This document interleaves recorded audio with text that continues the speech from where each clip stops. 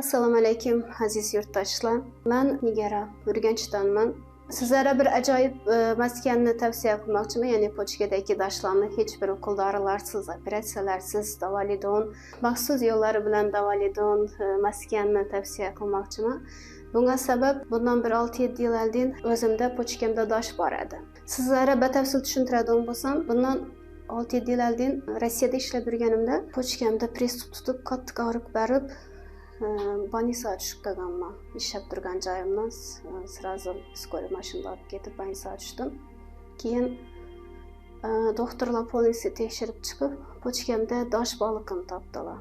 Keyin operatsiya qilamiz deb aytdilar.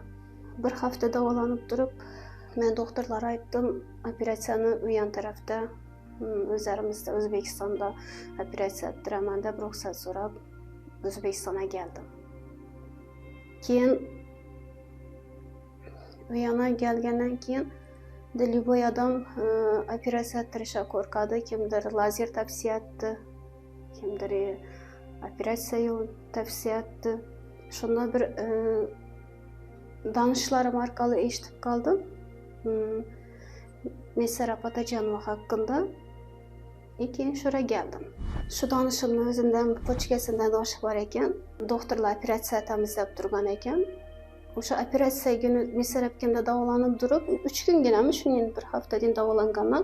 Shu danishimni o'zim pochkasida dash borligi sabab 3 kundan davolanib turib, operatsiya kunisi больницаga borganda o'sha doktorlar отказ etib bergan ekan, sizda hech qanday dash yo'q, ketavering deb o'zi hayron qolgan. Keyin menga ham tavsiya etdilar, qarindoshlar, sen o'sha shana borib ko'r, Mesarapkimda bir davolanib ko'r, agar yo'q foydasi bo'lmasa, keyin operatsiya qildirarsan deb. Keyin yaxshi deb keldim shu klinikaga. Davolanib bo'lgandan keyin o'zimni proverka etish uchun uziga borib tushishim kerak edi. Mesarapkidan so'rasam, xohlagan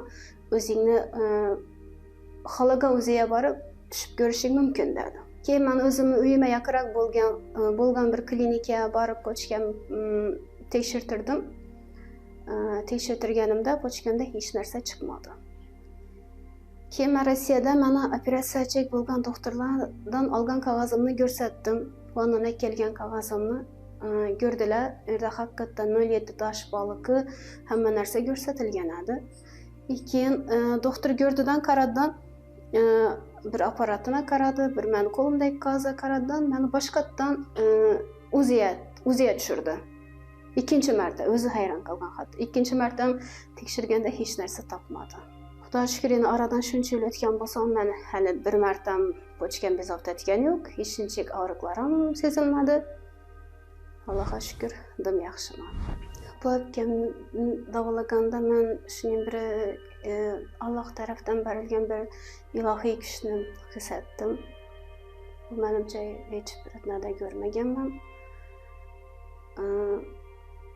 Umuman hech qanday og'riqlarsiz, shunday yengil davolaydilar. Men shu yerda yana shifo topib ketganimdan bana shu ichimga duyib qo'yadim. Shuni qachondir kelib xalqqa aytaman, shu haqda hamma bilsin degan. Ina vaqti kelib, Xudo shukr aytadigan kunim bor ekan. Ishonmasangiz, kelib o'zlaringiz o'z ko'zlaringiz bilan ko'rishlaringiz mumkin. Bu yerda davolash uslubi umuman boshqacha, bir meditsina emas, bir qanaqadir bir ilohiy kuchlar bilan davolanadi. Buni bera kelib davolanib ko'rgan odam o'zi his etadi. Aradan 7 yil o'tib, men hozir umuman boshqa bir kasallik sababli bu yerga keldim. Kelishimdan maqsad masalan, agar o'zim shu kasallik bo'yicha davolanmaganimda, shu narsani haqiqatdan 100% ishonchli ekanligini ma'lum bo'lmaganda men kelmasdim. Shuning uchun o'zimni o'tirganman, o'zim yana davolandim. Xudoga shukr, mingdan ming yaxshiman. Shuning uchun ikkinchi marta kelib turishim. Hozirgi kasallik sababi umuman boshqacha. Boshqa nada. Buni endi davolanib bo'lganimdan keyin men sizlarga aytib beraman. Hozir o'sha davolanishni boshladim. Natijasini yaxshi bo'lganimdan keyin aytaman.